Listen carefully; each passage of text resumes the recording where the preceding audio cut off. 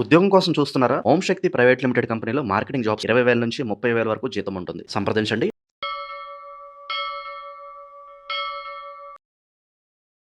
కన్యారాశి. కన్యారాశి వారంటే సలహాదారులు.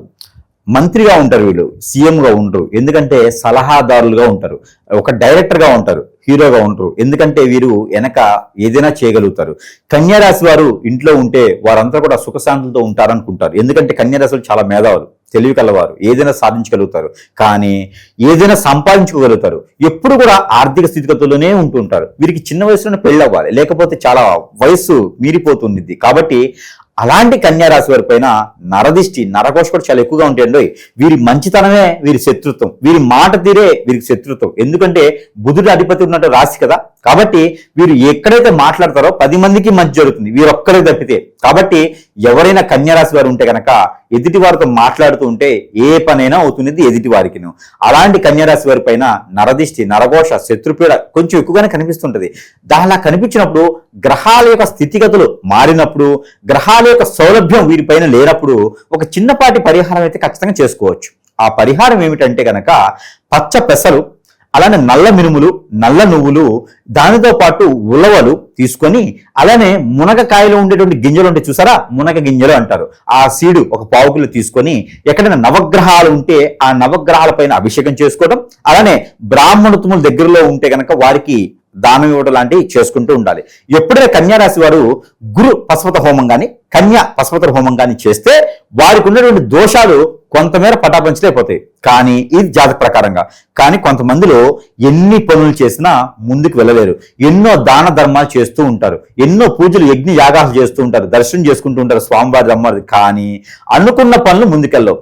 కోరికలు కొండలు దాటుతుంటే కాళ్ళు గడపలు దాటవు. అలానే మనకి హిప్నాటిజం, బ్లాక్ మ్యాజిక్ జరిగితే ఎక్కడేసి పొంగ అక్కడే ఉండిపోతుంది. నల్లబడిపోవటం, సరిగా తినకపోవటం, ఆందోళన లేకపోవటం, మనకి మైండ్ పని చేయకపోవటం, అష్టదిబ్బందులు లాంటివి జరగటం, ఇలాంటివన్నీ చాలా చూస్తూ ఉంటాం.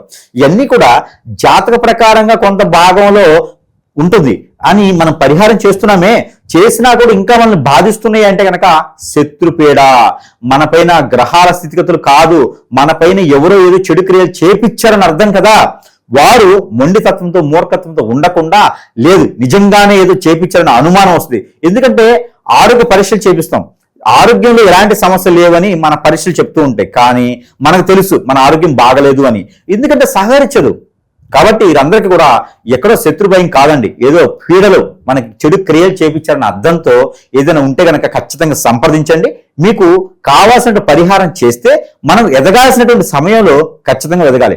గుర్తుపెట్టుకోండి, గ్రహరీత్యా కొంత దోషాలు ఉండొచ్చు, కానీ మన పైన చేపించేటువంటిది ఎక్కువ కనిపిస్తుందని నేను అనుకుంటా ఉన్నా. సంప్రదిస్తే కానీ దానికి పరిష్కార మార్గం సూచించే విధంగా అయితే కనుక ఉంటుంది.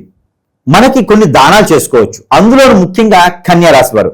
ఈ కన్యారాశి వారు ప్రతి ఒక్కరు కూడా దానం చేసే విధానం చెప్తా. మీకు బాదం ఆకు గాని, రావి ఆకు గాని, లేదా మోదుగు ఆకు గాని మీకు దొరుకుతుంది. మోదుగా కంటే మనకి పూర్వంలో ఇస్తళ్ళు చేసేవారు. అలాంటి ఆకులు కానీ మీకు ఉంటే ఆ ఆకు తీసుకొని దానిపైన కుంకుమ, పసుపు, గంధము, సుగంధ వేసుకొని జాజికాయ ఒకటి, కరక్కాయ ఒకటి, బనానా ఒకటి పెట్టుకొని దాంట్లో ఏదైనా సరే ఆయిల్, నువ్వుల నూనె కానీ, మస్టర్డ్ ఆయిల్ కానీ, లేకుంటే కనుక కోకోనట్ ఆయిల్ కానీ దానిలో వేసి అవన్నీ కూడా ఒక పిడతలో పెట్టుకోవాలి. అంటే ఒక మట్టి కుండలో పెట్టేసుకొని, ఒక 1/2 లీటర్ కుండలో పెట్టుకొని దానిపైన మూత పెట్టేసి వీరికి సంబంధించినటువంటి గోర్లు, వెంట్రుకలు, బట్టలు కొంచెం చించేసి దాంట్లో వేసుకొని అప్పుడు గోధుమ పిండితో దాన్ని క్లోజ్ చేయాలి. క్లోజ్ చేసిన తర్వాత ఆ పదార్థాన్ని పొయ్యి మీద పెట్టి సిమ్లో కాల్చుకున్న తర్వాత బాగా ఎర్రగా కాలిన తర్వాత అది దించుకొని ఒక 1/2 అవర్ తర్వాత దాన్ని సముద్రంలోనో, నదిలోనో, ఏరులోనో, సెలయేరులోనో, కాలువలోనో, కుంటలోనో, పొదలలోనో, చెట్టల్లోనో పడివేసి రావాలి. దానికి వెళ్ళి చూడకూడదు, వదిలివేయాలి. అప్పుడు గ్రహరీత్యా దోషాలు కానీ, ప్రకృతి నుంచి దోషాలు కానీ మీకు పటాపంచలేకపోతూ ఉంటాయి. మీకు దానం కూడా వచ్చేసి పచ్చ పెసలు, బ్రౌన్ శనగలు ఎవరికైనా సరే దానం చేయడం ద్వారా కూడా మీకు మంచి శుభలిఖితమైనటువంటి ఒక నవగ్రహాల యొక్క శక్తియుక్తులు మీ మీదకి వస్తూ ఉంటాయి. ఇక ఇన్ని చేసినా కూడా అవ్వట్లేదు అనుకుంటే కనుక ఖచ్చితంగా గుర్తుపెట్టుకోవాల్సిందేనండి. ఎందుకంటే కనుక మన పేరు ఎదుగుతున్న చెడు క్రియ జరిగితే మాత్రమే మనకి ఒడిదుడుకుల్లోకి ఉంటుంటాము, బయటికి రాలేము, అష్టదిబ్బందులు పాలైపోతూ ఉంటాం. పేరు, ప్రఖ్యాత, హోదా, డబ్బు, పొరుగుడు అన్ని పోతాయి. కాబట్టి అలాగే ఏమైనా ఉంది అంటే కనుక టైం వేస్ట్ చేసుకోకుండా ఖచ్చితంగా సంప్రదిస్తే పరిష్కార మార్గం సూచించి మీకు చేసించి మీరు మళ్ళీ ఉన్నత శిఖరాలకు వెళ్ళేలాగా ప్రయత్నం అయితే మాత్రం ఖచ్చితంగా మనం చేయొచ్చు.